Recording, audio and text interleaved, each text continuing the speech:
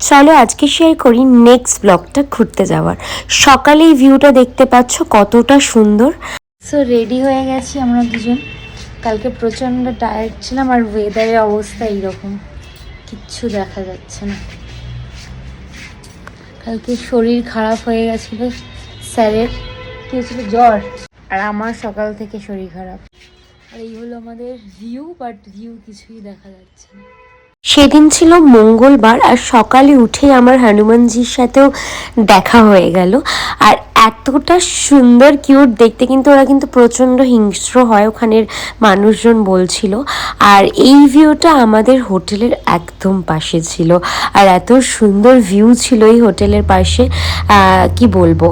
তারপর আমরা বেরিয়ে পড়লাম ডালহৌসিতে। আমরা ছিলাম ডালহৌসিতে, ডালহৌসির আরও যেগুলো ঘুরতে যাওয়ার স্পট ছিল সেখানেই বেরিয়ে পড়লাম।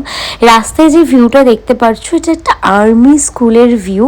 ওরা একটা এত সুন্দরভাবে ডেকোরেট করে রেখেছে জায়গাটা, ভীষণ সুন্দর দেখতে লাগছিল। আর আমি এইটার মানে পুরোটা রাস্তা জুড়ে আমি ভিডিও করতে করতে গেছি, এতটাই সুন্দর ছিল। এখানে আর্মির যেগুলো আর কি হেলিকপ্টার সব কিছুই ছিল। আর রাস্তায় যেতে যেতে এই ভিউটা দেখার পরে আমরা সকলেই দাঁড়িয়ে গেছিলাম, কারণ এই মেঘে ঢাকা পাহাড় মানে খুব সুন্দর লাগছিল দেখতে। এটার আনন্দ কি বলবো। আর ওর শরীর খারাপ ছিল, প্রচণ্ড টায়ার্ড ছিল। আর আমি একটু গাড়ি থেকে বেরিয়েই ঠান্ডা হাওয়া আর এই ব্যাপারটা, মানে বাইরে থেকে গাড়ির মধ্যে থেকে যেটা ফিল করা যায়, বাইরে থেকে ভিউটা আরও ভীষণ সুন্দর লাগে। তো সেই ভিউটাই আমি নিচ্ছিলাম আর বাইরে বেরিয়ে পড়েছিলাম। প্রচণ্ড ঠান্ডা লেগেছিল তার জন্য আমার নেক্সট দিন, কিন্তু এই ভিউটার মজা হয়তো আমি ঠান্ডা লাগলেও নেক্সট টাইম পেতাম না। তো সেই কারণে আমি বেরিয়ে পড়েছিলাম আর পুরো রাস্তাটা আমি এইভাবেই ভিউ নিতে নিতে গেছিলাম। আর এই যে স্পটটা দেখছো, এখানে অনেক উপর একটা মন্দির ছিল। আর এই যে আওয়াজটা, মানে নেচারের যে মানে একটা ভালো লাগা, সো কি বলবো, তোমরা আওয়াজটা শুনতেই পেলে। আর এই আওয়াজটার মধ্যে আমার মুখ চোখ একদম শুকিয়ে গেছিলো, এত ঠান্ডা ছিল ওখানে। এই ঝর্ণার আওয়াজটাও শুনতে পাচ্ছ তোমরা।